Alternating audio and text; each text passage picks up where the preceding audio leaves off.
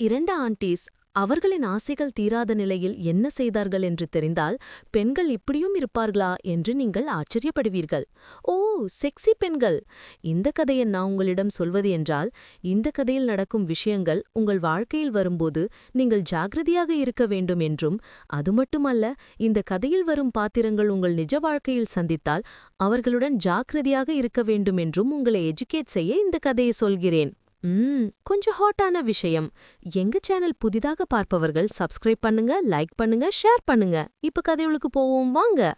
என்னோட தாகம் தீர்ந்துச்சு, உந்தாகம் தீர்த்திடவா என்று அவன் அவள் கண் இமையில் விரலால் வருடியபடி சொன்னான். ஆஹா, ரொமான்டிக் வைப். அவள் கன்னங்களை கீழே தாழ்த்தி என்று கொஞ்சம் ஷையாக சொன்னாள். அவன் பின்னாடி நகர்ந்து ஸ்லோவா செக்ஸியாக பருப்பில் படுத்தான். அவளும் அவனோடு சேர்ந்து அவன் பக்கத்தில் வந்து படுத்தாள். அவன் அவளை டைட்டாக கட்டிப்பிடித்தான். பின்பு இருவரும் அலசி பக்கத்தில் பக்கம் படுத்து தூங்கிப் போனார்கள். இப்போ கவிதாவும் ரவியும் மதியில் என்ன நடந்தது பார்ப்போம். பிரமிளாவும் ரமேஷும் வெளியில் சென்றதும் ரவி கதவை மூடி கவிதாவின் அருகில் வந்தான். நில்லு, இன்னும் கொஞ்சம் முந்தி என்ன சொன்னேன் என்று கவிதா அடுகினாள். என்ன சொன்னா என்று ரவி கேட்டான். அவள் கண்ணால் ஜன்னலை காட்டினாள். மறந்துட்டேன் என்று ரவி ஜன்னல் கதவை மூடி போல்ட்டு போட்டு கவிதாவின் பக்கத்தில் வந்து உட்கார்ந்தான்.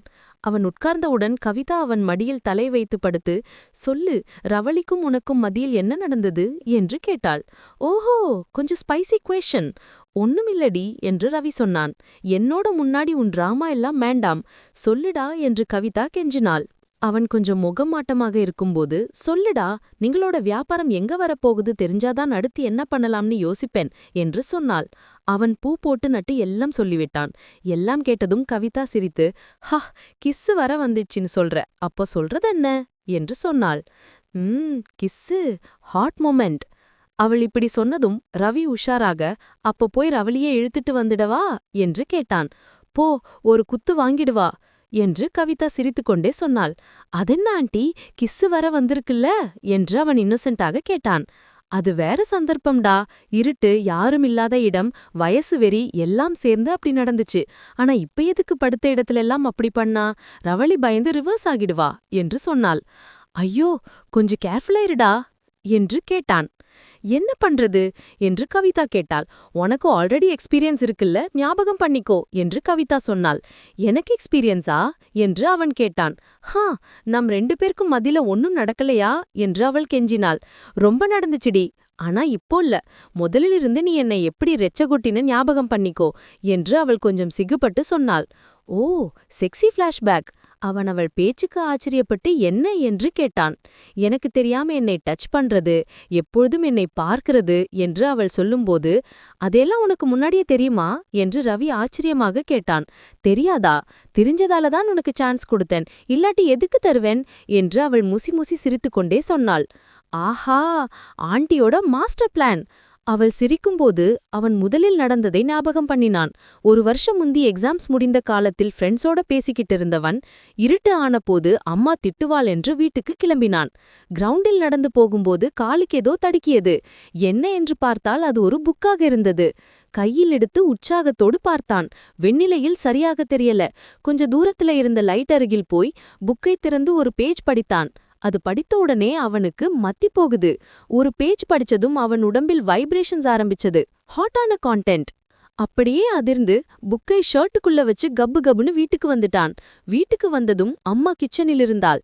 டேய், டிஃபன் சாப்பிட்றா என்று கேட்டாள். இப்ப வரேம்மா என்று சொல்லிட்டு ரூம்குள்ள போய் டோர் போல்ட் போட்டு பாத்ரூம்குள்ள போய் புக்கை எடுத்தான். பேஜுகளை படிக்கும்போது அவனுக்கு புரியாத மாற்றங்கள் வந்தவு. ரத்தம் நர்வ்ஸில் ஸ்பீடா ஓடுது. உடல் வடியது. மூச்சு தடுமாறுது.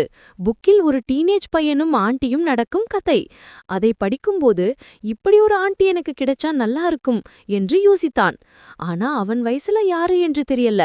சினிமா ஆக்ட்ரஸ்களை யோசிச்சு கடைசியாக ரம்யா கிருஷ்ணனை ஃபிக்ஸ் பண்ணான். வெளியில் வந்தவனுக்கு நீரச விலையில் டிஃபன் ஞாபகம் வந்தது. அம்மா கிச்சனிலிருந்து, வாடா எடுத்துக்கோ என்று சொன்னாள். கிச்சனில் கவிதாவும் இருந்தாள். அவன் அடுகு வைக்கும்போது கவிதா ஏதோ திங்க எடுக்க கீழே குனிந்தாள். அப்போ அவள் பிளவுஸ் ஸ்லிப் ஆகிவிட்டது. அவனுக்கு ஹார்ட் பீட் ஃபாஸ்ட் ஆகிடுச்சு. கவிதா பார்த்து பிளவுஸ் சரி பண்ணிக்கிட்டாள். ஆனா அவனுக்கு அவளை பார்க்கும்போது கொத்த ஃபீலிங்ஸ் வந்தது. அவரும் அவனை நோட்டீஸ் பண்ணிட்டா. ஆனா கண்டுக்கல. ஆனா அவனுக்கு கவிதா கலைக்கராணி ஆகிவிட்டாள். நித்ரா போடும்போது அவள் கலைக்குள்ள வந்து கவிதை பண்ணுவா.